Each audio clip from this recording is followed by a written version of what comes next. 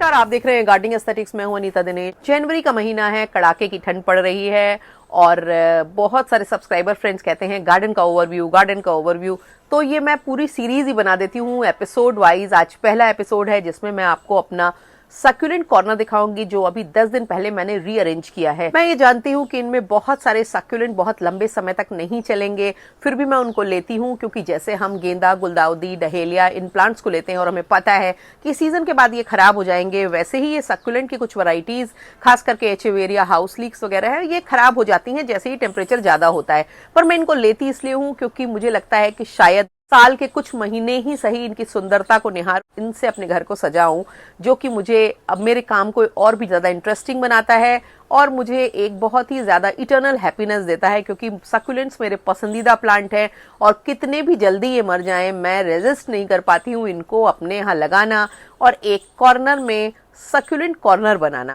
तो देखें इस बार कौन कौन से प्लांट लगे हैं, बताती जाऊंगी कौन सा नया है, कौन सा पुराना है, कौन सा कई साल से चल रहा है और इसको मैं किस तरह से बचाती हूँ, क्योंकि बहुत सारे ऐसे प्लांट्स हैं जो बहुत आसानी से बचते हैं पर हमको पता नहीं होता है इसलिए वो मर जाते हैं। तो वीडियो को ध्यान से देखिएगा, पर आपके लिए बहुत काम का होने वाला है और साथ ही साथ आपको भी अपने घर में सक्यूलेंट कॉर्नर बनाने के लिए कुछ आइडियाज देके जाएगा।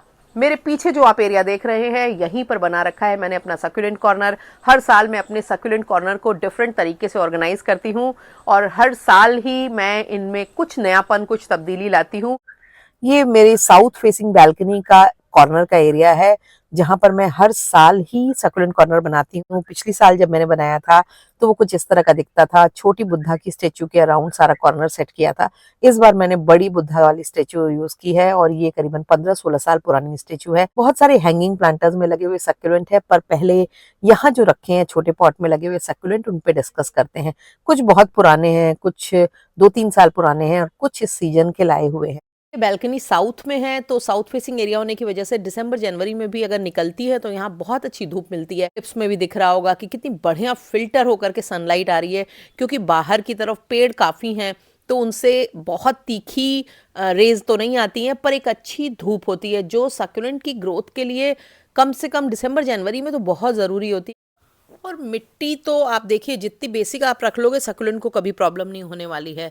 बस आपको ये ज़रूर ध्यान रखना है कि कोकोपीट को एज अ मीडियम बिल्कुल भी मत यूज़ कीजिएगा, क्योंकि वो बहुत ही मॉइस्चर रिटेनिंग मीडियम होता है और जहाँ मॉइस्चर रिटेन हुआ सक्यूलेंट को रूट रॉट से आप बचा ही नहीं सकते हैं। और अगर आप चाहते हैं कि आपके सक्यूलेंट लंबे समय तक चलें और जो सीजनल है वो पूरे सीज़न चलें तो कोकोपीट को एकदम से आप सक्यूलेंट के लिए इस्तेमाल कभी भी मत कीजिएगा और मेरी इस टिप को आप मानिए। और अगर आपको ऐसा लगता है कि आपका सॉयल भी जो है वो काफ़ी चिकनी है तो आप ऐसा कर सकते हैं कि आप सिंडर में ट्राई करके देखिए। सिंडर में भी सक्यूलेंट बहुत अच्छे से ग्रो होते हैं। सिंडर में आप थोड़ा सा लीफ मोल्ड मिलाइए और बस आपको ये ध्यान रखना पड़ेगा कि उसमें आपको अलग से कभी कभी कोई फर्टिलाइज़र थोड़ा बहुत सप्लीमेंट करना पड़ेगा, क्योंकि सिंडर में शून्य न्यूट्रिशनल वैल्यू होती है, कुछ भी नहीं ऐसा होता है क्योंकि वो एक आर्टिफिशियल मीडियम होता है। पर यह है कि सक्यूलेंट को आप जिनको बचा सकते हैं उनको आप सिंडर में, नॉर्मल गार्डन सॉयल में थोड़ा सा ऑर्गेनिक कंपोस्ट या लीफ मोल्ड और अच्छा सा उसमें कोर सैंड मिला करके लगाइए, वो अच्छे से चलेंगे। पर कोकोपीट को कभी भी सक्यूलेंट के लिए यूज़ बिल्कुल मत कीजिएगा। और एक बड़ी इंपॉर्टेंट चीज़ होती है वाटरिंग की। मैं कई बार देखती हूँ लोग कहेंगे बॉटम वाटरिंग बेस्ट है, कोई कहेगा नहीं ऊपर से वाटरिंग बेस्ट है। देखिए सक्यूलेंट की हर वैरायटी के लिए बॉटम वाटरिंग और ऊपर से वाटरिंग का मेथड अलग अलग तरीके से आप इस्तेमाल कर सकते हैं।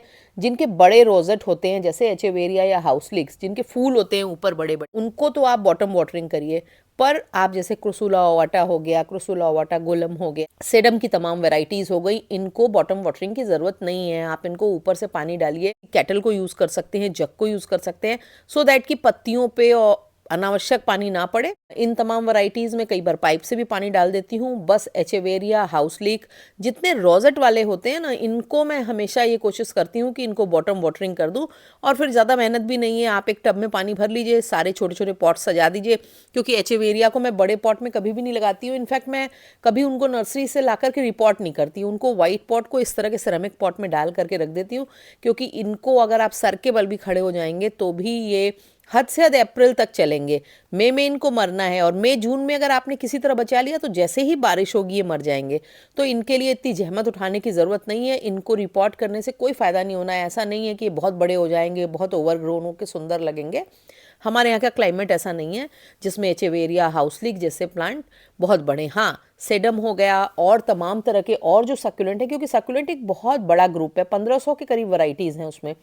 उसमें बहुत सारे सक्यूलेंट हार्डी होते हैं, जैसे होवरथिया की बहुत सारी वैरायटीज़ हैं जो बहुत हार्डी हैं, आराम से चलेंगी। उनको मैं ज़्यादातर को मैं बाहर रखती हूँ घर के, अपने कैक्टस के साथ रखती हूँ, क्योंकि उनकी जो नीड्स हैं वो काफ़ी कुछ कैक्टस की तरह हो जाती हैं सनलाइट की। होवरथिया अच्छी सनलाइट में खूब मज़े से चलता है। देखिए ये किस तरह से मैंने अपने होवरथिया को बाहर रखा हुआ है, और इनको इसी तरह से मैं छोटे छोटे पॉट में लगातार प्रोपगेट भी करती रहती हूँ, सो दैट कि अगर इन केस बड़ा पॉट मान लो रूट रॉट का शिकार हो जाए तो बचा भी रहे प्लांट।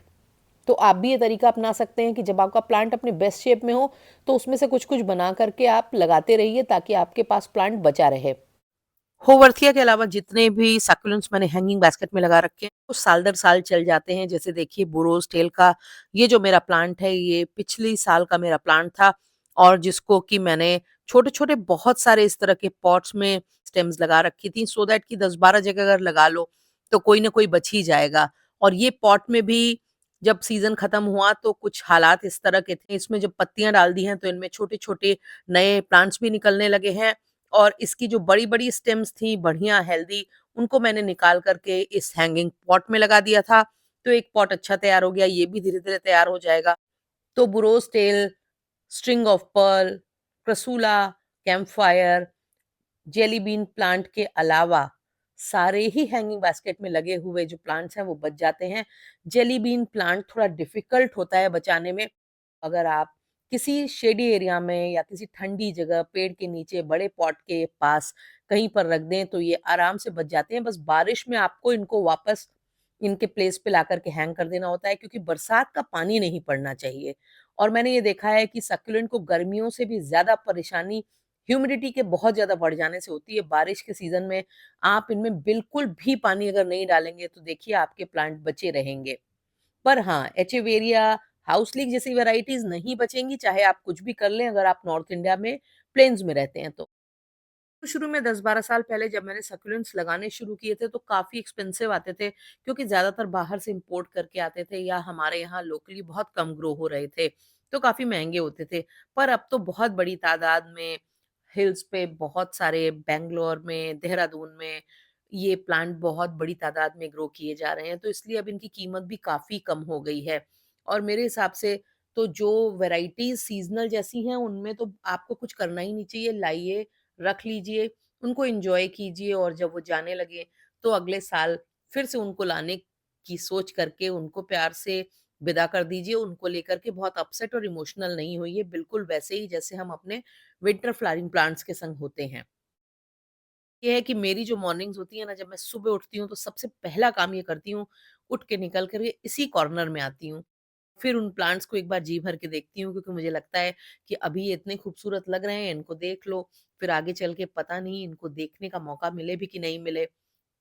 सक्यूलेंट पे मेरे बहुत सारे वीडियोज़ हैं, बहुत सालों से मैं लगा रही हूँ, बहुत सारा मैंने कुछ सीखा है, और बहुत सारी ऐसी वैराइटीज़ हैं, जिन पे मैंने बहुत सारा काम किया है और बहुत तरीके से कोशिश करके उनको बचाने की कोशिश की है। कई में कामयाब भी हुई हूँ, कई में नाकामयाब भी हुई हूँ। पर मेरी कैक्टस सक्यूलेंट की प्लेलिस्ट आपको एंड कार्ड में मिलेगी, आप जा कर के उस पे अपने पसंद के वीडियोज़ को देख सकते हैं। सक्यूलेंट बड़ी इंटरेस्टिंग चीज़ होती है। खास करके सेडम और एचेवेरिया, जब आप इनको सर्दियों में तेज धूप में रख देंगे तो इनमें बहुत सुंदर कलर उभर आते हैं, जिससे ये काफ़ी ज़्यादा सुंदर लगने लगते हैं। और इन तमाम वीडियोज़ को देखिए, और अगर आपको वीडियो पसंद आया हो तो कमेंट बॉक्स में कमेंट ज़रूर करिएगा। और मैं इसी तरह के ओवरव्यू वीडियोज़ लगभग वीक में 2 वीक में 1 बार लाऊँगी। जैसे-जैसे विंटर गार्डन मेरा पीक पे आता जाएगा, उसका भी आपको ओवरव्यू दूँगी। इसके साथ ही तमाम अपने प्लांट कलेक्शन का ओवरव्यू दूँगी। अभी कुछ दिनों पहले मैंने स्नेक प्लांट का ओवरव्यू दिया था। उसी तरह से आने वाले दिनों में मैं अपनी कैलेनकोई कलेक्शन का और अपने कैक्टस कलेक्शन का एक ओवरव्यू अपलोड करूँगी। अगर अभी तक आपने मेरे चैनल को सब्सक्राइब नहीं किया है तो मेरी गुजारिश है कि चैनल को सब्सक्राइब कर लीजिए, बेल आइकन जरूर पुश कर दिया करिए, क्योंकि जब भी मैं कोई वीडियो अपडेट करूंगी उसका नोटिफिकेशन आप तक पहुंचेगा तो आप जल्दी वो वीडियो देख पाएंगे, क्योंकि कई बार ऐसा होता है कि वीडियोस आप तक पहुंचने में टाइम लग जाता है। इसके साथ ही जब वीडियोस पसंद आया करें तो उनको अपने गार्डनिंग लविंग फ्रेंड्स के संग शेयर करना बिल्कुल भी मत भूला करें। वीडियो पे कमेंट करने से, उन पे लाइक करने से हमारे वीडियोस की रीच बढ़ती है, वो ज्यादा लोगों तक पहुंचते हैं। Thank you very much.